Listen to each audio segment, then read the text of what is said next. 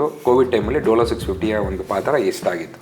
ಡೆಂಗೂಲಿ ಯಾಕೆ ಡೆತ್ ಆಗುತ್ತೆ, ಡೆಂಗೂಲಿ ಯಾಕೆ ಕಾಂಪ್ಲಿಕೇಶನ್ ಆಗುತ್ತೆ ಅಂತಂದರೆ, ಈಗ ವೈರಸ್ ಅಂದ ತಕ್ಷಣ ಈಗ ಕೋವಿಡ್ ಟೈಮಲ್ಲಿ ನೋಡಿದ್ವಿ, ಈಗ ವ್ಯಾಕ್ಸಿನ್ ನೆನಪಾಗುತ್ತೆ ನಮಗೆ. ಈಗ ಡೆಂಗ್ಯೂ ಜ್ವರಕ್ಕೆ ವ್ಯಾಕ್ಸಿನ್ ಏನು ಮಕ್ಕಳಲ್ಲಿ ಮತ್ತು ಯಂಗ್ ಜನ್ರೇಷನಲ್ಲಿ ಈ ಡೆಂಗ್ಯೂ ಜ್ವರ ಜಾಸ್ತಿ ಕಾಣಿಸ್ತಾ ಇದೆ. ಡೆಂಗ್ಯೂ ಜ್ವರದಲ್ಲಿ ಆ ಥರ ಆಗುತ್ತಾ, ಐಸೋಲೇಷನ್ ಏನಾದ್ರು ಬೇಕಾಗುತ್ತೆ? ನೋಡಿ, ಡೆಂಗು ಜ್ವರದ ಟೈಮಲ್ಲಿ ಈವನ್ ನಾವು ಇಂಜೆಕ್ಷನ್ ಹಾಕ್ಸ್ಕೊಬೇಡಿ ಅಂತ ಹೇಳ್ತೀವಿ. ನಾವು ಕೋವಿಡಲ್ಲಿ ನೋಡಿದ್ವಿ, ಈಗ ಕೆಮ್ಮೋದ್ರಿಂದ ಸೀನೋದ್ರಿಂದ ಅಥವಾ ಸೊ ಫೈನಲ್ ಆಗಿ ಈ ಚಾನಲ್ ಮುಖಾಂತರ ಒಬ್ಬ ಸಾಮಾಜಿಕ ಕಾರ್ಯಕರ್ತ ಅಥವಾ ಒಂದು ಪ್ರಜ್ಞಾವಂತ ನಾಗರಿಕರಿಗೆ ಏನು ಮೆಸೇಜ್ ಕೊಡ್ತೀರಾ? ನಾನು ಚಿಕ್ಕ ವಯಸ್ಸಿದ್ದಾಗಲೂ ಯಾವಾಗಲೂ ನಮ್ಮ ತಾಯಿ ಹೇಳ್ತಾ ಇದ್ರು, ನಿಮ್ಮಷ್ಟು ಮುರುಕರು ದೊಡ್ಡರು ಯಾರು ಇಲ್ಲ. ನಮಸ್ಕಾರ, ಮತ್ತೊಮ್ಮೆ ನಿಮಗೆಲ್ಲ ಆರೋಗ್ಯ ಸಿರಿ ಯೂಟ್ಯೂಬ್ ಚಾನಲ್ಗೆ ಸ್ವಾಗತ. ಈಗ ಎಲ್ಲಿ ನೋಡಿದರೂ ಡೆಂಗ್ಯೂ ಜ್ವರದ ಸುದ್ದಿಯಾಗಿದೆ. ಪ್ರತಿದಿನ ಪಾಸಿಟಿವ್ ಕೇಸಸ್ಗಳು ರ್ಯಾಪಿಡ್ಲಿ ಇನ್ಕ್ರೀಸ್ ಆಗ್ತಾ ಇದೆ. ಅಷ್ಟೇ ಅಲ್ಲದೆ ಈ ಸಲ ಯಂಗ್ ಜನ್ರೇಷನಲ್ಲಿ ಮತ್ತು ಸಣ್ಣ ಮಕ್ಕಳಲ್ಲಿ ಡೆಂಗ್ಯೂ ಜ್ವರ ಸ್ವಲ್ಪ ಜಾಸ್ತಿ ಕಾಣಿಸ್ಕೊಳ್ತಾ ಇದೆ. ಹಾಗಾದರೆ ನಿಮಗೆ ಡೆಂಗ್ಯೂ ಜ್ವರ ಬರಬಾರ್ದು ಅಂದರೆ ಏನು ಮಾಡಬೇಕು, ಮತ್ತು ಡೆಂಗ್ಯೂ ಜ್ವರಕ್ಕೂ ಮತ್ತು ಬೇರೆ ವೈರಲ್ ಫೀವರ್ಗಳಿಗೂ ವ್ಯತ್ಯಾಸ ಏನಿರುತ್ತೆ, ಡೆಂಗ್ಯೂ ಜ್ವರಕ್ಕೆ ಏನೇನು ಟ್ರೀಟ್ಮೆಂಟ್ ಇದೆ, ಈ ಎಲ್ಲ ವಿಷಯಗಳ ಬಗ್ಗೆ ತಿಳಿಸ್ಕೊಡಲು ಇವತ್ತು ಹಾಸನದ ಜನಪ್ರಿಯ ವೈದ್ಯರಾದಂತಹ ಡಾಕ್ಟರ್ ತೇಜಸ್ವಿ ಗೌಡ ಅವರು ನಮ್ಮ ಚಾನಲ್ಗೆ ಜಾಯ್ನ್ ಆಗಿದ್ದಾರೆ. ನಮಸ್ಕಾರ ಸರ್. ನಮಸ್ಕಾರ ಸರ್. ಮೊದಲೇ ಪ್ರಶ್ನೆ, ಕಳೆದ ಜೂನ್ ತಿಂಗಳಿಂದ ಡೆಂಗ್ಯೂ ಕೇಸ್ಗಳು ತುಂಬ ಜಾಸ್ತಿ ಆಗಿದ್ದಾವೆ. ದಿನ ಇಲ್ದಿರೋದು ಯಾಕೆ ಸಡನ್ ಆಗಿ ಇಷ್ಟು ಕೇಸಸ್ಗಳು ರ್ಯಾಪಿಡ್ ಇನ್ಕ್ರೀಸ್ ಆಗ್ತಾ ಇದ್ದಾವೆ? ಸರ್, ಈಗ ಡೆಂಗ್ಯೂ ಅನ್ನೋದು ಒಂದು RNA ವೈರಸ್ಸಿಂದ ಬರುವಂತಹ ಕಾಯಿಲೆ. ಸೊ ನಮ್ಮಲ್ಲಿ ತುಂಬ ಈ ಥರ ವೈರಲ್ ಫೀವರ್ಗಳು ಕಾಮನ್ನು. ಬಟ್ ಇದರಲ್ಲಿ ಏನಾಗುತ್ತೆ ಅಂದರೆ, ಈ ಡೆಂಗ್ಯೂ ಕಾಯಿಲೆ ಬರಬೇಕು ಅಂತಂದರೆ ನಾವು ವೆಕ್ಟರ್ ಅಂತ ಹೇಳ್ತೀವಿ. ಅದು ಈಡಿಸ್ ಈಜಿಪ್ಟಿ ಅಂದರೆ ಟೈಗರ್ ಮಸ್ಕಿಟೋ ಅಥವಾ ಮಸ್ಕಿಟೋ ಮೂಲಕನೇ ಇದು ಬರುವಂಥ ರೋಗ. ಈ ಸೊಳ್ಳೆಗೆ ಸಂತಾನೋತ್ಪತ್ತಿ ಮಾಡಬೇಕು ಅಂದರೆ ಗಾಳಿಲಿ ಮಾಡಲ್ಲ, ಮರದ ಮೇಲೆ ಮಾಡಲ್ಲ, ಗಿಡದ ಮೇಲೆ ಮಾಡಲ್ಲ. ಇದಕ್ಕೆ ಮಾಡಬೇಕು ಅಂದರೆ ತಿಳಿಯಾದ ನೀರು ಬೇಕು. ಈಗ ನೋಡಿ, ಫಾರ್ ಎಕ್ಸಾಂಪಲ್ ಯಾಕೆ ಇದನ್ನು ಸಮಸ್ಯೆ ಉದ್ಭವನ ಆಗಿತ್ತು ಅಂದರೆ, ಆಲ್ಮೋಸ್ಟ್ ಒಂದು 20 ಡೇಸ್ನಿಂದ ಸಿಕ್ಕಾಪಟ್ಟೆ ಸೊಳ್ಳೆ ಮೇಲೆ ಇಟ್ಕೊಬಿಟ್ಟಿದೆ. ಸೊ ಏನಾಗುತ್ತೆ ಅಂದರೆ, ಈ ಸೊಳ್ಳೆಗೆ ಒಂದು ಪರ್ಫೆಕ್ಟ್ ಅಟ್ಮಾಸ್ಫಿಯರ್. ಮಳೆ ಬಂದಾಗ ನೀರುಗಳು ಟೆಂಪರರಿವರೆಗೆ ಶೇಖರಣೆ ಆಗುತ್ತೆ. ಫಾರ್ ಎಕ್ಸಾಂಪಲ್ ಚಿಪ್ಗಳಿರ್ಬೋದು, ಟೈರ್ಗಳಿರ್ಬೋದು, ಹೂವಿನ ಕುಂಡಗಳಿರ್ಬೋದು, ಅಥವಾ ಮನೆ ಮುಂದೆ ಇರೋ ಗುಂಡಿರ್ಬೋದು, ಅಥವಾ ಸಣ್ಣ ಚರಂಡಿಗಳಿರ್ಬೋದು. ಅಲ್ಲೇನಾಗುತ್ತೆ, ಈ ಥರ ಸೋಣೆ ಮಳೆಯಲ್ಲಿ ಕಂಟಿನ್ಯೂಸ್ ಆಗಿ ಮಳೆ ಬಂದ ತಕ್ಷಣ ನೀರು ನಿಂತ್ಕೊಳ್ಳೋಕೆ ಶುರು ಆಗಿಬಿಡುತ್ತೆ. ಈ ಮಸ್ಕಿಟೋ ಅದಕ್ಕೋಸ್ಕರನೇ ಕಾಯ್ತಿರುತ್ತೆ. ಜಗತ್ತಿನ ನಿಯಮ ಅಂತಂದರೆ ತನ್ನ ಉಳಿವಿಗಾಗಿ ಏನು ಪ್ರಯತ್ನ ಮಾಡ್ತೀನೋ ಅದನ್ನು ಮಾಡೋದು. ಇವತ್ತೇನಾಗಿದೆ, ಈ ಸೊಳ್ಳೆನೂ ಅದೇ ಮಾಡುತ್ತೆ. ನಾನು ನನ್ನ ಸಂತತಿ ಬಗ್ಗೆ ಅದು ಯೋಚನೆ ಮಾಡುತ್ತೆ. ಸೊ ಅವಾಗ ಏನಾಗುತ್ತೆ ಅಂದರೆ, ಈ ಹೆಣ್ಣು ಸೊಳ್ಳೆ ಸಂತಾನೋತ್ಪತ್ತಿ ಮಾಡಬೇಕು ಅಂದರೆ ಒಂದು ಮನುಷ್ಯನ ರಕ್ತ ಬೇಕು, ತದನಂತರ ತಿಳಿಯಾದ ನೀರು ಬೇಕು. ಯಾವಾಗ ಅದು ಒಬ್ಬ ಮನುಷ್ಯನಿಂದ ರಕ್ತ ಹೀರ್ಕೊಳ್ಳುತ್ತೋ, ಅಂದರೆ ರಕ್ತದಿಂದ ಅದಕ್ಕೆ ಪ್ರೋಟೀನ್ ಸಿಗುತ್ತೆ ಮೊಟ್ಟೆ ಇಡೋಕ್ಕೋಸ್ಕರ. ಅದು ಮಿಷನ್ 1 ಕಂಪ್ಲೀಟ್ ಆಯಿತು. ಸುತ್ತ ನೋಡುತ್ತೆ, ತಿಳಿಯಾದ ನೀರುಗಳು ಇರುತ್ತೆ, ಹೋಗಿ ಮೊಟ್ಟೆ ಇಡುತ್ತೆ. ಏನು ಅಂದರೆ, ಒಂದು ಈಡಿಸ್ ಸೊಳ್ಳೆ ಅದು ಒಂದು ಜೀವನದಲ್ಲಿ 50 to 300 ಸೊಳ್ಳೆ ಮೊಟ್ಟೆ ಇಡುತ್ತೆ ಒನ್ ಟೈಮ್ಗೆ. ಸೊ ನೋಡಿ, ವಾತಾವರಣ ಸಖತ್ತಾಗಿದೆ, ನಮ್ಮಲ್ಲಿ ಸೊಳ್ಳೆಗಳಿದ್ದಾವೆ, ಮನುಷ್ಯರಿದ್ದಾರೆ, ನೀರಿನೊಂದು ಸ್ಕೇರ್ಸಿಟಿ ಇತ್ತು, ಮಳೆಗಾಲದಿಂದ ಬರ್ತಾ ಇದೆ. ಸೊ ಹಾಗಾಗಿ ಈ ಡೆಂಗು ಸಮಸ್ಯೆಗಳು ಸಿಕ್ಕಾಬಟ್ಟೆ ಉಲ್ಬಣ ಆಗ್ತಾ ಇದೆ. ಸರ್, ಈಗ ಯಾವುದೇ ಕಾಯಿಲೆ ಇರಲಿ ಅದನ್ನ ನಾವು ಎಷ್ಟು ಬೇಗ ಕಂಡುಹಿಡಿದು ನಾವು ಆಸ್ಪತ್ರೆಗೆ ಹೋಗಿ ಟ್ರೀಟ್ಮೆಂಟ್ ತೊಗೋತೀವಿ ಅಷ್ಟು ಒಳ್ಳೆಯದು. ಸೊ ಡೆಂಗ್ಯೂ ಜ್ವರಕ್ಕೂ ಮತ್ತು ಬೇರೆ ವೈರಲ್ ಫೀವರ್ಗಳಿಗೂ ಏನು ವ್ಯತ್ಯಾಸ ಇದೆ? ಏನಾಗುತ್ತೆ ಅಂದರೆ, ಈ ನಾರ್ಮಲ್ ಆಗಿ ಅಥವಾ ಒಂದು ನಾರ್ಮಲ್ ಫ್ಲೂಗೂ ಈ ಡೆಂಗು ಫ್ಲೂಗೂ ತುಂಬ ವ್ಯತ್ಯಾಸ ಇರುತ್ತೆ. ಬಟ್ ಏನು ಮಾಡ್ತಾರೆ, ನಮ್ಮ ಹಳ್ಳಿ ಜನ ತುಂಬ ಅಸಡ್ಡೆ ಮಾಡಿಬಿಡ್ತಾರೆ. ಈಗ ನೋಡಿ, ಡೆಂಗು ಜ್ವರದಲ್ಲಿ ಒಬ್ಬ ವ್ಯಕ್ತಿ ನಾರ್ಮಲ್ ಆಗಿರ್ತಾನೆ, ಮಧ್ಯೆ ಸಡನ್ನಾಗಿ ಇಮಿಡಿಯೇಟಾಗಿ ಹೈ ಗ್ರೇಡ್ ಫೀವರ್ ಅಂದರೆ ಆಲ್ಮೋಸ್ಟ್ 102 ಡಿಗ್ರಿ 103 ಡಿಗ್ರಿ ತನಕ ರೀಚ್ ಆಗುವಂಥ ಜ್ವರ. ಬಟ್ ಬೇರೆ ಜ್ವರದಲ್ಲಿ ಇಷ್ಟು ಹೈ ಗ್ರೇಡ್ ಫೀವರ್ ಬರಲ್ಲ. ಅದಾದಮೇಲಿಂದ ವಿಪರೀತ ಮೈಕೆ ನೋವು ಹೇಗೆ ಅಂತಂದರೆ, ಯಾರೊಬ್ಬ ಹೊಡಿತಾ ಇದ್ದಾನೆ ಜಾಯಿಂಟ್ಸಿಗೆ ಅಥವಾ ಮಸಲ್ಸಿಗೆ ಎಳಿತಿದ್ದಾರೋ ಅನ್ನೋ ಲೆವೆಲ್ಗೆ ವಿಪರೀತ ಮೈಕೆ ನೋವು ಇರುತ್ತೆ. ಆಮೇಲೆ ರೆಟ್ರೋ ಆರ್ಬಿಟಲ್ ಪೈನ್ ಅಂತ ಹೇಳ್ತೀವಿ, ಅಂದರೆ ಕಣ್ಣಿಗಳ ಹಿಂದೆ ತಲೆನೋವು, ಸಿಕ್ಕಾಬಟ್ಟೆ ನೋವು ಬರೋದು. ಇವೆಲ್ಲ ಡೆಂಗು ರೋಗಗಳಲ್ಲಿ ಬರುವಂತಹ ರೋಗ ಲಕ್ಷಣಗಳು. ಆದರೆ ಅದೇ ಬೇರೆ ರೋಗದಲ್ಲಿ ಏನಂದರೆ, ನಾರ್ಮಲಾಗಿ ಸ್ವಲ್ಪ ಜ್ವರ ಇರುತ್ತೆ, ಮೈಕೆ ನೋವು, ಸುಸ್ತು ಇರುತ್ತೆ.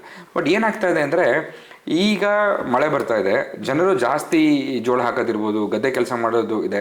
ಅವ್ರೇನು ಕೋರ್ಲೇಟ್ ಮಾಡ್ಕೋತಾ ಇದ್ದಾರೆ ಅಂದರೆ, ನಾನೇನೆ ತುಂಬ ಯೂರಿಯಾ ಹಾಕ್ಬಿಟ್ಟೆ, ನಾನೇನೇನು ತುಂಬ ಇದು ಮಾಡಿಬಿಟ್ಟೆ, ಹಾಗಾಗಿ ನನಗೆ ಈ ಜ್ವರಗಳು ಅಂತ ಹೇಳಿ ತುಂಬ ನೆಗ್ಲೆಕ್ಟ್ ಮಾಡ್ತಿದ್ದಾರೆ.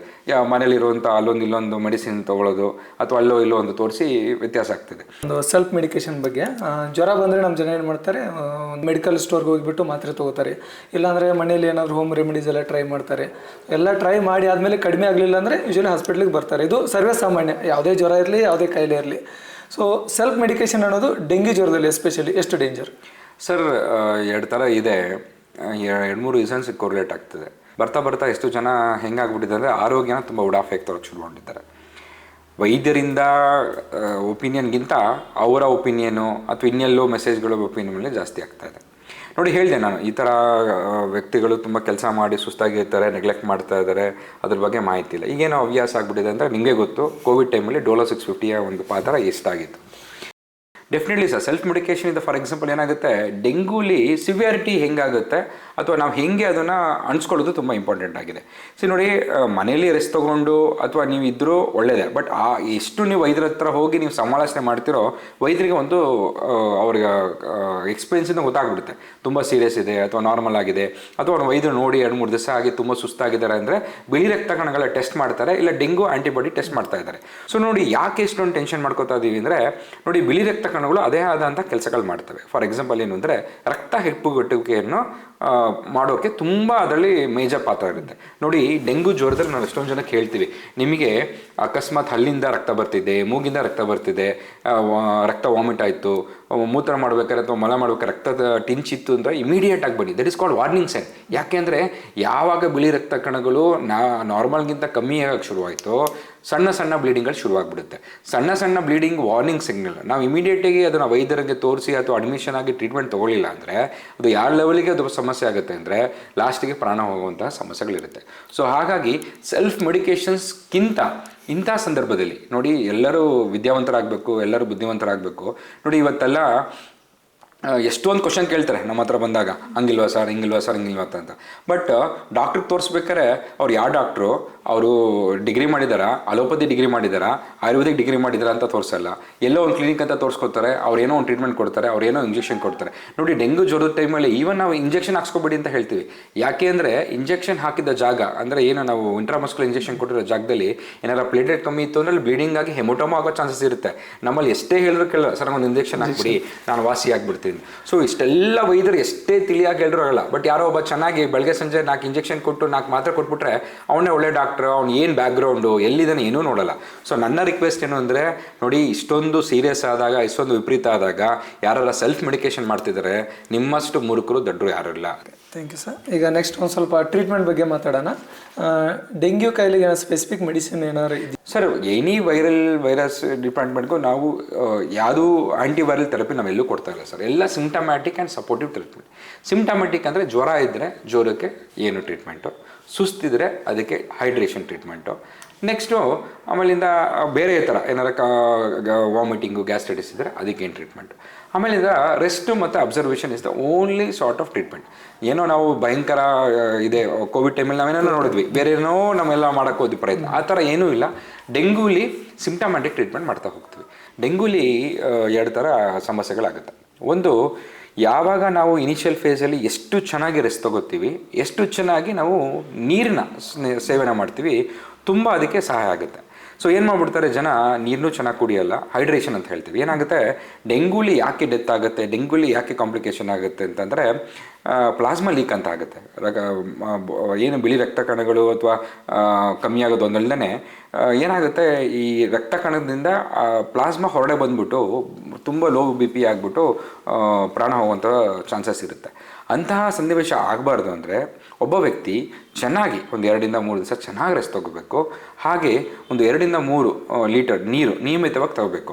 ಏನಂದರೆ ಏನು ತೊಗೋಬೇಕು, ಏನು ತೊಗೋಬಾರ್ದು ಅಂತಾರೆ ನೋಡಿ, ತಿಳಿ ಎಳ್ನೀರಾಗಿರ್ಬೋದು, ಗಂಜಿ ಆಗಿರ್ಬೋದು, ಅಥವಾ ಹಣ್ಣಿನ ರಸಗಳಾಗಿರ್ಬೋದು, ORS ಆಗಿರ್ಬೋದು. ನೋಡಿ, ORSನ ಬಗ್ಗೆ ಯಾರೂ ಮಾತಾಡ್ತಾ ಇಲ್ಲ ಇವತ್ತು. ORS ತುಂಬ ತೊಗೊಂಡ್ರೆ ನಾನು ಅಬ್ಸರ್ವ್ ಮಾಡಿರೋದು ತುಂಬ ಚೆನ್ನಾಗಿ ಅವನು ರಿಕವರ್ ಆಗ್ತಾನೆ. ಯಾಕೆಂದರೆ ORSಲ್ಲಿ ಡೆಂಗೂಲಿ ಜ್ವರ ಬರುತ್ತೆ, ಜ್ವರ ಬಂದಾಗ ನಾವು ತುಂಬ ಸ್ವೆಟ್ ಆಗ್ತೀವಿ, ನಮ್ಮಲ್ಲಿ ಲವಣಾಂಶಗಳು ಬಾಡಿಯಿಂದ ಹೊರಡೋಗುವಂಥ ಚಾನ್ಸಸ್ ಇರುತ್ತೆ. ಯಾವಾಗ ನಾವು ORSನ ತೊಗೋತೀವೋ ಆ ಲವಣಾಂಶಗಳನ್ನ ಫುಲ್ಫಿಲ್ ಮಾಡಿ ಸುಸ್ತುಗಳು ಚೆನ್ನಾಗಿ ಮಾಡುತ್ತೆ. ಸೊ ನಾನು ಹೇಳೋದು, ಅಪ್ಪಿತಪ್ಪಿ ನಿಮಗೆ ಜ್ವರ ಬರ್ತಿದ್ಯಾ, ಒಂದು 2-3 ORSನ ಡೈಲಿ 1 ಲೀಟ್ರಿಗೆ ನೀರು ಹಾಕ್ಕೊಂಡು ಅಟ್ಲೀಸ್ಟ್ 2 ORSನ ಕುಡಿದ್ರೆ ಒಂದು 20-30% ಕಾಂಪ್ಲಿಕೇಶನ್ ತುಂಬ ಅವಾಯ್ಡ್ ಆಗುತ್ತೆ. ಅದೇ ರೀತಿ ORS ತೊಗೋಬೇಕು ಅಂತಿಲ್ಲ, ನೀವು ಮನೇಲೇ ಮದ್ದು BP ಶುಗರ್ ಇದ್ದವ್ರಿಗೆ ಬಿಟ್ಟು ಮನೆಯಲ್ಲಿ ಒಂದು ಚೊಂಬಿಗೆ ಸ್ವಲ್ಪ ಸಕ್ಕರೆ, ಸ್ವಲ್ಪ ಪಿಂಚು ಉಪ್ಪು ಹಾಕೊಂಡು ಕುಡಿದ್ರೂ ಎಷ್ಟೋ ಸಮಸ್ಯೆಗಳು ಕ್ಲೀನ್ ಆಗುತ್ತೆ. ಸಿಂಪಲಾಗಿ ಇಡ್ಲಿ, ತಿಳಿಸಾರು, ಬಿಸಿ ಬಿಸಿ ಅನ್ನ, ಮೊಸರನ್ನ, ಈ ಥರ ಏನು ನಿಮಗೆ ಸಿಂಪಲ್ ಫುಡ್ಗಳು ಹೆಲ್ಪ್ ಮಾಡುತ್ತೋ ಆ ಥರ ಫುಡ್ ಜೊತೆಗೆ ಫ್ರೂಟ್ ಜ್ಯೂಸ್ಗಳು. ಈಗ ಅವೈಲೇಬಲ್ ಏನೋ ಸ್ಟೋನ್ ಜನಕ್ಕೆ ಕಿವಿ ತಿಂದರೆ ಮಾತ್ರ ಇಂಪ್ರೂವ್ಮೆಂಟ್ ಆಗುತ್ತೆ, ಪಪಾಯ ತಿಂದರೆ ಮಾತ್ರ ಇಂಪ್ರೂವ್ಮೆಂಟ್ ಆಗುತ್ತೆ ಅನ್ನೋದು ಏನೇನೋ ಇರುತ್ತೆ. ಆ ಥರ ತಿನ್ನಬೇಡಿ ಅಂತ ನಾನು ಹೇಳ್ತಾ ಇಲ್ಲ, ಬಟ್ ಅದನ್ನು ಜೊತೆಗೆ ನೀರನ್ನು ಚೆನ್ನಾಗಿ ಕುಡಿಬೇಕು, ORSನ ತೊಗೋಬೇಕು, ರೆಸ್ಟ್ ತೊಗೊಂಡು ಮಾಡಿದ್ರೆ ತುಂಬ ಅದನ್ನು ಆಗುತ್ತೆ. ತುಂಬ ಕ್ರಿಟಿಕಲ್ ಆದರೆ ವೈದ್ಯರು ನಾವು ನೋಡಿಕೊಂಡು ಫ್ಲೂಯಿಡ್ಸ್ ಹಾಕಬೇಕಾ ಅಥವಾ ICU ಅಡ್ಮಿಷನ್ ಮಾಡಬೇಕಾ ಅಥವಾ ಬೇರೆ ಥರ ಪ್ಲೇಟ್ಲೆಟ್ನೇ ಹಾಕುವಂತಹ ಬರುತ್ತೆ. ಫಾರ್ ಎಕ್ಸಾಂಪಲ್, ಯಾವಾಗ ಬಿಳಿ ರಕ್ತ ಕಣಗಳು 10,000ಕ್ಕಿಂತ ಕಮ್ಮಿ ಆಯಿತು ಅಂದರೆ ವೈದ್ಯರು ನಾವು ಬ್ಲಡ್ ಡೊನೇಷನ್ ಮಾಡಿದಾಗ ಹೇಳ್ತೀವಿ, ಜೀವ ಉಳಿಸ್ತೀರಾ ನೀವು 3 ಇಂದ 4 ಜನ ಅಂತ. ಅಂತಹ ಸಂದರ್ಭದಲ್ಲಿ ನಾವೇನು ಮಾಡ್ತೀವಿ, ಆ ಬ್ಲಡ್ ಡೊನೇಷನ್ ಮಾಡಿದಾಗ ಪ್ಲೇಟ್ಲೆಟು ಒಂದು ಅಂಗ ಆಗಿ ಡಿವೈಡ್ ಆಗುತ್ತೆ. ಆ ಪಾರ್ಟನ್ನು ಕೂಡ ಜಾಸ್ತಿ ಕ್ರಿಟಿಕಲ್ ಇದ್ದವರಿಗೆ ಬ್ಲಡ್ ಡೊನೇಷನ್ ಮಾಡುವಂಥ ಇದೆ. ಓಕೆ ಸರ್, ಈಗ ವೈರಸ್ ಅಂದ ತಕ್ಷಣ ಈಗ ಕೋವಿಡ್ ಟೈಮಲ್ಲಿ ನೋಡಿದ್ವಿ, ಈಗ ವ್ಯಾಕ್ಸಿನ್ ನೆನಪಾಗುತ್ತೆ ನಮಗೆ. ಈಗ ಡೆಂಗ್ಯೂ ಜ್ವರಕ್ಕೆ ವ್ಯಾಕ್ಸಿನ್ ಏನು ಸರ್? ಈಗ ಡೆಂಗ್ಯೂ ಜ್ವರಕ್ಕೆ ಏನಾಗ್ಬಿಟ್ಟಿದೆ ಅಂದರೆ, ಡೆಂಗ್ಯೂದಲ್ಲಿ 4 ಟೈಪ್ ಸೀರೋ ಟೈಪ್ ಅಂತ ಬರುತ್ತೆ ಸರ್. ಪ್ರಾಬ್ಲಮ್ ಏನಾಗಿದೆ, ವ್ಯಾಕ್ಸಿನ್ ಅಂದರೆ ಟ್ರಯಲ್ ನಡೀತಾ ಇದೆ. ಸೊ ಪ್ರಯತ್ನ ಆಗೇ ಇಲ್ಲ ಅಂತ ಅಲ್ಲ, ವ್ಯಾಕ್ಸಿನ್ಗಳ ಟ್ರಯಲ್ ಬರ್ತದೆ. ಸೊ ನೋಡಿ ಸರ್, ನಮ್ಮ ದೇಶದ ಜನಸಂಖ್ಯೆ ಸಿಕ್ಕಾಬಿಟ್ಟೆ ಜಾಸ್ತಿನೂ ಇದೆ. ಆಮೇಲೆ ಯಾವುದೇ ಒಂದು ಯಾವುದೋ ಒಂದು ಗಾಡಿ ಶೋರೂಮ್ಗೆ ಇವತ್ತು ರಿಲೀಸ್ ಮಾಡಿಬಿಟ್ರೆ ನಾವು ಇವತ್ತು ನಾಳೆ ತಗೊಳಕ್ಕಲ್ಲ ಪರ್ಚೇಸು. ಸೊ ಡೆಫಿನೆಟ್ಲಿ ಫ್ಯೂಚರಲ್ಲಿ ಡೆಫಿನೆಟ್ಲಿ ಡೆಂಗ್ಯೂ ವ್ಯಾಕ್ಸಿನ್ ಬರುತ್ತೆ, ಇಲ್ಲ ಅಂತ ಹೇಳಲ್ಲ, ಸ್ವಲ್ಪ ಟೈಮ್ ತೊಗೋತಾ ಇದೆ ಒಂದು. ಎರಡನೇದು, ಎಷ್ಟೊಂದು ಜನಕ್ಕೆ ಇದರಲ್ಲೇ ಡೌಟ್ ಇದೆ. ಯಾಕೆ ವ್ಯಾಕ್ಸಿನ್ ಆಗಲಿ ಇದನ್ನು ಹೇಳ್ತಾ ಇದ್ದೀನಿ ಅಂದರೆ, ನಂಗೆ ಒಂದ್ಸಲ ಡೆಂಗ್ಯೂ ಜ್ವರ ಬಂದುಬಿಟ್ರೆ ನಂಗೆ ಮತ್ತೆ ಬರ್ಬೋದು ಅನ್ನೋದು ತುಂಬ ಕನ್ಫ್ಯೂಷನ್ ಇದೆ. ನೋಡಿ, ಹೇಳಿದೆ ನಾನು 4 ಸೀರೋ ಟೈಪ್ ಇದೆ ಅಂತ. ಈಗ ನಿಮಗೆ ಕಚ್ಬೇಕಾದ್ರೆ ಒಂದೇ ಒಂದು ಸೀರೋ ಟೈಪಲ್ಲಿ ಇನ್ಫೆಕ್ಷನ್ ಆಗಿತ್ತು ಅಂದರೆ ಅದೇ ನೆಕ್ಸ್ಟ್ ಕಚ್ಚಿದ್ರೆ ಡೆಫಿನೆಟ್ಲಿ ಬರಲ್ಲ, ಆ ಸೀರೋ ಟೈಪೇ ಬಂದರೆ. ಬಟ್ ಇನ್ನೂ 3-4 ವೆರೈಟಿ ಇದೆ. ಸೊ ನನ್ನ ರಿಕ್ವೆಸ್ಟ್ ಅಂದರೆ, ಈ ಕಾಲ ಮುಗಿಯೋ ತನಕನೂ ನಿಮ್ಮ ಕೇರ್ಫುಲ್ಲಾಗಿ ಎಷ್ಟಿರ್ತಾರೋ ಅಷ್ಟು ಒಳ್ಳೆಯದು. ಆಮೇಲಿಂದ ಯಾರಿಗೆ ತುಂಬ ಕಾಂಪ್ಲಿಕೇಶನ್ ಆಗ್ತಿದೆ ಅಂದರೆ, ಮಲ್ಟಿಪಲ್ ಸೀರೋಟೈಪ್ ಇನ್ಫೆಕ್ಷನ್ ಅಂತ ಹೇಳ್ತೀವಿ. ಈ ಒಂದ್ಸಲ ಇವತ್ತು ಕಚ್ಚಿದೆ, ಮತ್ತು ಇನ್ನೊಂದ್ಸಲಿ 2-3 ಬೇರೆ ಕಡೆ, ಇವತ್ತು ಈ ಊರಿಗೆ ಹೋಗಿದ್ರೆ ಇನ್ನೆಲ್ಲೋ ಬೇರೆ ಕಡೆ ಹೋಗಿ 2-3 ಥರ ವೆರೈಟಿ ಸೀರೋಟೈಪ್ ಕಚ್ಚಿದಾಗ ಅವರಿಗೆ ಕಾಂಪ್ಲಿಕೇಶನ್ ತುಂಬ ಜಾಸ್ತಿ ಆಗ್ತದೆ. So only way of precaution is avoid biting from mosquito. ಎಷ್ಟು ಒಂದು 2-3 ವರ್ಷ ಮುಂಚೆ ಇದು papaya leaf extract tablets syrup ಒಂದು ಸ್ವಲ್ಪ ಜಾಸ್ತಿ ಟ್ರೆಂಡಿಂಗ್ ಇತ್ತು, ಅದರಿಂದ ಸರಿಲ್ಲ. ಇದು ಕಂಪ್ಯಾರಿಟಿವ್ ಸ್ಟಡಿ ಎಲ್ಲ ಮಾಡಿದರೆ, ಈಗ ಫಾರ್ಮಕಾಲಜಿ ಅಥವಾ ಇನ್ ಟ್ಯಾಬ್ಲೆಟ್ ರೂಪದಲ್ಲಿ ಸಿರಪ್ ನ್ಯೂಟ್ರಲ್ಲಿ ಬರ್ತಿರೋ ಅದರಲ್ಲಿ ಡಾಕ್ಟರ್ನ ಪ್ರಿಸ್ಕ್ರೈಬ್ ಮಾಡಿದ್ರೆ ಅದನ್ನು ತಗೊಳ್ಳೋದ್ರಿಂದ ಏನೂ ಸಮಸ್ಯೆ ಇಲ್ಲ. ಬಟ್ ನಮ್ಮವರು ಇನ್ನೂ ನೆಕ್ಸ್ಟ್ ಸ್ಟೆಪ್ ಹೋಗ್ಬಿಡ್ತಾರೆ, ಯಾಕೆ ಅಷ್ಟೊಂದು ಖರ್ಚು ಮಾಡ್ಬೋದು ಅಂದ್ಬಿಟ್ಟು. ಈಗ ಪಪ್ಪಾಯ ಎಲ್ಲೆಲ್ಲಿ ಸಿಗುತ್ತೋ ಅವನ್ನೆಲ್ಲ ತೊಗೊಂಡು ಹೋಗ್ಬಿಟ್ಟು ಫುಲ್ ಮಿಕ್ಸಿ ಮಾಡಿಬಿಡೋದು, ಕುಡಿಸೋದು. ನೋಡಿ, ಅದರಿಂದ ಇನ್ನೂ ಜಾಸ್ತಿ ಸಮಸ್ಯೆ ಆಗ್ತದೆ. ಸೊ ಹಾಗಾದರೆ ಡೆಂಗ್ಯೂ ಜ್ವರನ ಬರ್ದೇ ಹಾಗೆ ತಡೆಯೋದೇ ಇದ್ರ ಸರ್. ನಾನು ನೋಡಿ MD ಪ್ರಿವೆಂಟಿವ್ ಮೆಡಿಸಿನ್ ಮಾಡಿದ್ದೀನಿ. ಒಂದು ಸೇಯಿಂಗ್ ಇದೆ, prevention is better than cure sir. ಆಗೋಕ್ಕಿಂತ ಮುಂಚೆ ನಾವು ಪ್ರಯತ್ನ ಮಾಡಿ ನಿಲ್ಲಿಸಿದ್ರೆ ಅದಕ್ಕಿಂತ ಮಾಡುವಂಥ ಪದ್ಧತಿ ಆಗಿಲ್ಲ. ಕೋವಿಡಲ್ಲಿ ನೋಡಿದ್ವಿ, ಈಗ ಕೆಮ್ಮೋದ್ರಿಂದ, ಸೀನೋದ್ರಿಂದ ಅಥವಾ ಆ ಥರ ಇರೋದ್ರಿಂದ ಆ ಥರ ಸ್ಪ್ರೆಡ್ ಆಗೋದು ಕೋವಿಡ್. ಡೆಂಗ್ಯೂ ಜ್ವರದಲ್ಲಿ ಆ ಥರ ಆಗುತ್ತಾ? ಐಸೋಲೇಷನ್ ಏನಾದ್ರು ಬೇಕಾಗುತ್ತೆ? ಸರ್, ಏನೂ ಇಲ್ಲ. ನಾನು ಹೇಳಿದ್ನಲ್ಲ ನೋಡಿ, ಡೆಂಗ್ಯೂ ವೈರಸ್ ಹರಡಬೇಕು ಅಂದರೆ ಒಂದೇ ಒಂದು ವೇ ಈಸ್ ಸೊಳ್ಳೆ. ನೀನು 100 ಜನನ ಇಲ್ಲಿ ಕರ್ಕೊಬಂದು ಕೂರಿಸಿದ್ರು ಒಬ್ರಿಗೊಬ್ರಿಗೆ ಹರಡಲ್ಲ. ಅಲ್ಲಿ ಹರಡಬೇಕು ಅಂದರೆ ಆ ವೆಕ್ಟರ್, ಆ EDS ಈಜಿಪ್ಟಿ ಮಸ್ಕಿಟೋ ಇರಲೇಬೇಕು. ಅದು ಇನ್ಫೆಕ್ಟೆಡ್ ಪರ್ಸನ್ನ ಕಚ್ಚಲೇಬೇಕು. ಆ ಕಚ್ಚಿರೋದು ಮತ್ತೆ ಇಂಟರ್ನ್ ಇನ್ನೊಬ್ಬಂಗೆ ಕಚ್ಚಬೇಕು. ಇಲ್ಲೊಂದು ಪ್ರಶ್ನೆ, ಈಗ ಸೊಳ್ಳೆ ನಿಂತು ನೀರಲ್ಲಿ ಮತ್ತು ಶುದ್ಧ ನೀರಲ್ಲಿ ಆಗುತ್ತೆ. ಕೆರೆಗಳೆಲ್ಲ ಇರ್ತಾವಲ್ಲ ಸರ್, ಈ ಕೆರೆನ ನಾವು ಏನು ಮಾಡೋಕ್ಕಾಗಲ್ಲ. ಸೊ ಅಂಥದ್ರಲ್ಲಿ ಏನು ಮಾಡ್ಬೋದು? ಸರ್ ನೋಡಿ, ನೇಚರೇ ಸಾಟಿ ಅಂತ ಹೇಳ್ತೀವಿ. ನೀವು ಹೇಳಿದ್ರೆ ಕರೆಕ್ಟು, ಹೌದಲ್ಲ ಸರ್? ನೀವೇನೋ ಚಿಪ್ ಬಗ್ಗೆ ಮಾತಾಡ್ತಿದ್ದೀರಾ, ಯಾವುದೋ ಒಂದು ತೊಟ್ಟಿ ಬಗ್ಗೆ ಮಾತಾಡ್ತಿದ್ದೀರಾ. ಬನ್ನಿ ಸರ್, ನಮ್ಮ ಕೆರೆ ಎಷ್ಟು ಎಕರೆ ಇದೆ, ಎಷ್ಟು ಕೋಟಿ ಸೊಳ್ಳೆ ಆಗ್ಬೋದು ಅಂತ ನೀವು ಅಂತಿದ್ರಿ. ಬಟ್ ಕೆರೆಗಳಿಂದ ಸೊಳ್ಳೆಗಳು ಉತ್ಪತ್ತಿ ಆಗ್ತಿಲ್ಲ. ಯಾಕೆ ಅಂದರೆ ನೋಡಿ, ನೇಚರಲ್ಲಿ ಗಾಂಬೂಸಿಯಾ ಮತ್ತು ಗಪ್ಪಿ ಮೀನುಗಳು ಅಂತ ಇರುತ್ತೆ, ನಮ್ಮ ಹಾಸ್ಪಿಟಲ್ಲೂ ಇದೆ. ಸೊ ಆ ಮೀನಿನ ಮರಿಗಳು ಏನು ಮಾಡ್ತವೆ ಅಂದರೆ, ಈ ಲಾರ್ವೆ ಕಾಯ್ತಾ ಇರ್ತವೆ. ಅವಕ್ಕೆ ನ್ಯೂಟ್ರಿಷಸ್ ಫುಡ್. ಅವಕ್ಕೆ ಒಂದೇ ಒಂದು ಲಾರ್ವಾ ಇಟ್ಬಿಟ್ರೆ ಅವು ಮತ್ತೆ ಅಡಲ್ಟ್ ಮಸ್ಕಿಟೋ ಹಾಕಿ ಬಿಡೋದೇ ಇಲ್ಲ. ಸೊ ನನ್ನ ರಿಕ್ವೆಸ್ಟ್ ಏನು ಅಂದರೆ, ಗಪ್ಪಿ ಗಾಂಬೂಸಿಯ ಮೀನುಗಳು ಮೀನುಗಾರಿಕೆ ಇಲಾಖೆ ಇರ್ಬೋದು, ಅಕ್ವೇರಿಯಮಲ್ಲಿ ಆಗಿರ್ಬೋದು, ಅಥವಾ ಆರೋಗ್ಯ ಸಿಬ್ಬಂದಿಗಳ ಹತ್ರನೂ ಸಿಗುತ್ತೆ. ಅದನ್ನು ತಂದು ಒಂದು 4 ಬಿಟ್ಬಿಟ್ರೆ ನೀವು, ಅದು ಮಲ್ಟಿಪ್ಲೈ ಆಗಿ 10, 20, 30 ಆಗುತ್ತೆ. ಮತ್ತು ಯಾವುದೇ ಸೊಳ್ಳೆ ನಿಮಗೆ ಬಂದು ಮೊಟ್ಟೆ ಇಟ್ಟರೆ ಲಾರ್ವಾನ ಡೆವಲಪ್ ಆಗದಕ್ಕೆ ಬಿಡಲ್ಲ. ಸೊ ಹಾಗಾಗಿ ತಿಂದಾಕ್ಬಿಡ್ತವೆ. ಕೆರೆಗಳಲ್ಲಿ ಈ ಸಮಸ್ಯೆಗಳಿಲ್ಲ. ಸಮಸ್ಯೆಗಳೆಲ್ಲ ಅಂದರೆ ಚರಂಡಿ ಅಥವಾ ಟೆಂಪ್ರವರಿ ಸ್ಟಾಗ್ನೆಂಟ್ ವಾಟರ್ ಇದೆಯಲ್ಲ ಅಂಥ ಜಾಗದಲ್ಲಿ. ಸೊ ಕೆರೆಗಳಲ್ಲಿ ನಮ್ಮ ಆರೋಗ್ಯ ಸಿಬ್ಬಂದಿ ಆಲ್ರೆಡಿ ಮೀನುಗಳು ಬಿಟ್ಟಿರ್ತಾರೆ, ಹಾಗಾಗಿ ಸಮಸ್ಯೆ ಇಲ್ಲ ಸರ್. ಸರ್, ಈ ಸಲ ಇನ್ನೊಂದು ಒಂದು ಸ್ವಲ್ಪ ಎಲ್ಲರಲ್ಲೂ ಭಯ ಬಂದಿದ್ದಂದರೆ, ಮಕ್ಕಳಲ್ಲಿ ಮತ್ತು ಯಂಗ್ ಜನ್ರೇಷನಲ್ಲಿ ಈ ಡೆಂಗ್ಯೂ ಜ್ವರ ಜಾಸ್ತಿ ಕಾಣಿಸ್ತಾ ಇದೆ. ನೋಡಿ, ಇವತ್ತು ಜಾಸ್ತಿ ಮಕ್ಕಳಲ್ಲಿ ಸಮಸ್ಯೆ ಕಾಣ್ತಾ ಇದೆ. ಅಥವಾ ರುದ್ರಲ್ಲಿ ಸಮಸ್ಯೆ ಕಾಣ್ತಿದೆ.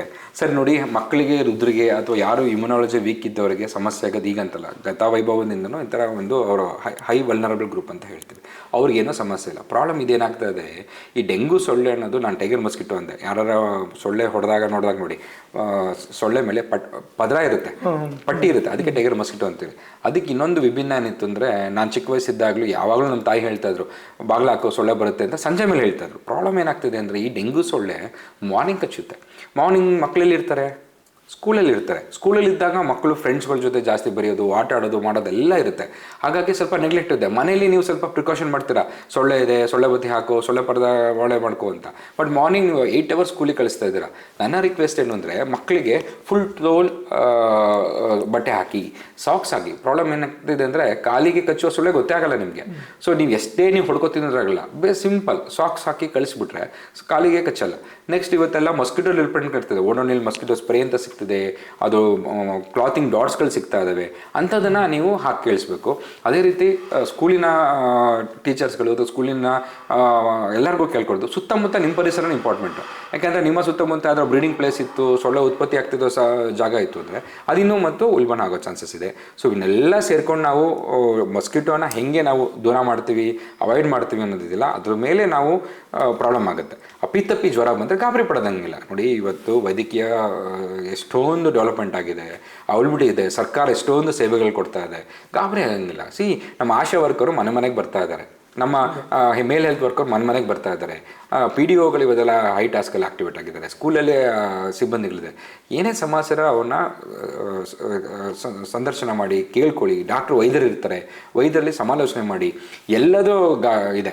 ಇದರಲ್ಲಿ ಗಾಬರಿ ಆಗೋದು, ಏನೋ ಗಾಬರಿ ಮಾಡ್ಕೊಂಡು ಫಾರ್ವರ್ಡ್ ಮೆಸೇಜ್ ಮಾಡೋದು ಅಥವಾ ಟೆನ್ಷನ್ ಮಾಡ್ಕೊಳ್ಳೋದ್ರಿಂದ ಏನೂ ಆಗ್ತಾ ಇಲ್ಲ.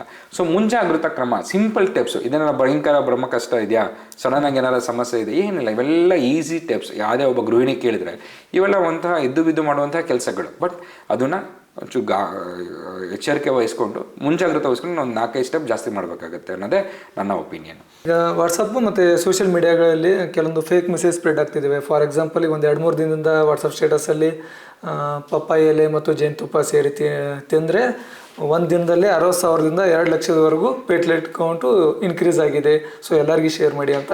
ಇಂಥ ಫೇಕ್ ಮೆಸೇಜ್ಗಳಿಗೆ ನೋಡಿ ಸರ್, ಈಗ ನಾನು ಹೇಳಿದೆ ಪ್ಲೇಟ್ಲೆಟ್ ಅನ್ನೋದು ತುಂಬ ಕ್ರೂಷಿಯಲ್. ಬಿಳಿ ರಕ್ತ ಕಣಗಳು ಒಬ್ಬ ಡೆಂಗ್ಯೂ ಪೇಷಂಟ್ನ ಔಟ್ಕಮ್ನ ಹೆಂಗೆ ಮಾಡುತ್ತೆ ಅಂತ. ಯಾವ ರೀತಿ 1 ಲಕ್ಷ ಇರೋದು ಒಂದೇ ಸಲ 10,000 ಆಗಲ್ವೋ, 10,000 ಇರೋದು ಒಂದೇ ಸಲ 1 ಲಕ್ಷನೂ ಆಗಲ್ಲ. ಸೊ ಎನಿಥಿಂಗ್ ಈ ಸ್ಟೆಪ್ ಬೈ ಸ್ಟೆಪ್. ಸೊ ಇವಾಗ ಏನಾಗ್ತದೆ, ಈ ಪಪ್ಪಾಯ ಎಕ್ಸ್ಟ್ರಾಕ್ಟ್ ಅಂತ ಹೇಳಿ ಬರ್ತಾ ಇದೆ ಟ್ಯಾಬ್ಲೆಟ್ಸ್ಗಳು, ಅದರಿಂದ ನಿಮಗೆ ಹೆಲ್ಪ್ ಆಗುತ್ತೆ, ಅಂದರೆ ಔಟ್ಕಮ್ಗೆ ಹೆಲ್ಪ್ ಆಗ್ತಾ ಇದೆ. ಬಟ್ ಸಚ್ ಪಪ್ಪಾಯ ಲೀಫ್ನ ನೀವು ಗ್ರೈಂಡರ್ ಮಾಡಿ ಮಿಕ್ಸಿ ಮಾಡಿ ಕುಡಿಯೋದ್ರಿಂದ ಅದರಿಂದ ಅನುಕೂಲಕ್ಕಿಂತ ಅನಾನುಕೂಲಗಳೇ ಜಾಸ್ತಿ. ಅಂದರೆ ಗ್ಯಾಸ್ಟ್ರೈಟಿಸ್ ಆಗುತ್ತೆ, ಬೇದಿಗಳಾಗುತ್ತೆ, ಸುಸ್ತಾಗುತ್ತೆ, ಅವ್ನಿಗೆ ಊಟ ಮೊದಲೇ ಜ್ವರ ಇದ್ದಾಗ ಊಟ ಸೇರ್ತಿರಲ್ಲ, ಅಂಥ ಟೈಮಲ್ಲಿ ಇಂತಹ ಕಷಾಯ ಸೇರಿಸ್ಕೊಂಡ್ರೆ ಇನ್ನೂ ಜಾಸ್ತಿ ಆಗುತ್ತೆ. ಸೊ ಹಾಗಾಗಿ 100% ಇದರಿಂದ ಯಾವುದೂ ಯೂಸ್ ಇಲ್ಲ. ಅದರಿಂದ ಇನ್ನೂ ಸಮಸ್ಯೆಗಳು ಜಾಸ್ತಿ ಆಗುತ್ತೆ ಬಿಟ್ಟರೆ ಇದರಿಂದ ಸಮಸ್ಯೆ ಆಗ್ತಾ ಇಲ್ಲ. ಸರ್, ಈಗ ಯಾವುದೇ ಸಾಂಕ್ರಾಮಿಕ ರೋಗ ಇರಲಿ, ಬರೀ ಆರೋಗ್ಯ ಇಲಾಖೆ, ಬರೀ ಡಾಕ್ಟ್ರು ಅಥವಾ ಪ್ಯಾರಾಮೆಡಿಕಲ್ ಸ್ಟಾಫಿಂದ ಅದನ್ನು ತಡೆಗಟ್ಟಕ್ಕೆ ಸಾಧ್ಯನೇ ಇಲ್ಲ. ನಾವು ಕೋವಿಡ್ ಟೈಮಲ್ಲಿ ನೋಡಿದ್ವಿ, ಎಲ್ಲ ಇಲಾಖೆಗಳು ಸಪೋರ್ಟ್ ಮಾಡಿದ್ವು, ಸಾರ್ವಜನಿಕರು ಕೈ ಜೋಡಿಸಿದ್ರು. ಸೊ ಫೈನಲ್ ಆಗಿ ಈ ಚಾನಲ್ ಮುಖಾಂತರ ಒಬ್ಬ ಸಾಮಾಜಿಕ ಕಾರ್ಯಕರ್ತ ಅಥವಾ ಒಂದು ಪ್ರಜ್ಞಾವಂತ ನಾಗರಿಕರಿಗೆ ಏನು ಮೆಸೇಜ್ ಕೊಡ್ತೀರಾ? ಸೊ ನೋಡಿ, ಡೆಂಗ್ಯೂ ಅನ್ನೋದು ಭಯಪಡುವಂಥ ರೋಗ ಅಲ್ಲ. ಇದು ನಮ್ಮೊಂದಿಗೆ ನಮ್ಮ ಜೊತೆಗೆ ಇರುವಂಥ ರೋಗ. ಇದು ನೆನ್ನೆ ಬಂದಿರೋದಂತಲ್ಲ, ಆಲ್ಮೋಸ್ಟ್ 10-15 ವರ್ಷದಿಂದ ನಮ್ಮಲ್ಲಿ ಕಾಣಿಸಿದಂಥ ರೋಗ. ಈ ಭಯದಿಂದ ಗಾಬರಿ ಹಾಕಿಂತ ಅಥವಾ ಟೆನ್ಷನ್ ಮಾಡ್ಕೊಳ್ಳೋಕ್ಕಿಂತ ಅಥವಾ ಏನೋ ಒಂದು ದಿಗಿಲ್ ಬೀಳೋಕ್ಕಿಂತ ಮುಂಚೆ ಸಿಂಪಲ್ ಸ್ಟೆಪ್ಸ್ಗಳು, ಆರೋಗ್ಯ ಇಲಾಖೆ ಅಥವಾ ನಾವು ವೈದ್ಯರು ಹೇಳ್ತಿರೋ ಸಿಂಪಲ್ ಸ್ಟೆಪ್ಗಳನ್ನ ಎಲ್ಲರೂ ಸೇರಿ ಮಾಡಬೇಕು. ಒಬ್ಬ ಮಾಡಿ ಇನ್ನೊಬ್ಬ ಮಾಡಿ ಅಂದರೆ ಆಗಲ್ಲ. ಸೊ ಇದನ್ನ ಕಂಬೈನ್ ಎಫೆಕ್ಟ್. ನಮಗೆ ಸಾರ್ವಜನಿಕರಿಂದ ನಮಗೆ ಸಪೋರ್ಟ್ ಬೇಕಾಗಿದೆ, ಊರಿನ ಗ್ರಾಮಸ್ಥರಿಂದ ಸಪೋರ್ಟ್ ಬೇಕಾಗಿದೆ. ಹಾಗಾಗಿ ಭಯ ಪಡೋಕ್ಕಿಂತ ಇದನ್ನು ಸಿಂಪಲ್ ಸ್ಟೆಪ್ಸ್ಗಳು, ಅಂದರೆ ಸೊಳ್ಳೆ ಉತ್ಪತ್ತಿನ ಅವಾಯ್ಡ್ ಮಾಡೋದು, ಸೊಳ್ಳೆಯಿಂದ ನಾವು ಸೇಫ್ಟಿ ಯೂಸ್ ಮಾಡೋದು, ಜ್ವರ ಬಂದರೆ ರೆಸ್ಟು ಮತ್ತು ಒಳ್ಳೆ ಹೈಡ್ರೇಷನ್ ಮಾಡ್ಕೊಳ್ಳೋದು, ತುಂಬ ಸಮಸ್ಯೆ ವಾರ್ನಿಂಗ್ ಸಿಗ್ನೇಷನ್ ಬಂದರೆ ವೈದ್ಯರಲ್ಲಿ ಕಾಣಿಸಿ ತೋರಿಸೋದು. ಇಷ್ಟು ಮಾಡಿಕೊಂಡ್ರೆ ನಾವು ಡೆಫಿನೆಟ್ಲಿ ಹೇಳ್ತೀನಿ, ಡೆಂಗ್ಯೂಯಿಂದ ಸಾವು ನೋವುಗಳನ್ನು ನಾವು ಅವಾಯ್ಡ್ ಮಾಡುವಂಥ ಚಾನ್ಸಸ್ ನಮ್ಮಲ್ಲಿ ತುಂಬ ಜಾಸ್ತಿ ಇದೆ. Thank you sir. ಟೈಮ್ ಮಾಡಿಕೊಂಡು ಜನರಿಗೆ ಒಂದು ಉತ್ತಮ ಮಾಹಿತಿಯನ್ನು ಕೊಟ್ಟಿದ್ದರೆ ಇದರಿಂದ ತುಂಬ ಜನಕ್ಕೆ ಒಳ್ಳೆಯದಾಗುತ್ತೆ. ಧನ್ಯವಾದಗಳು ಸರ್.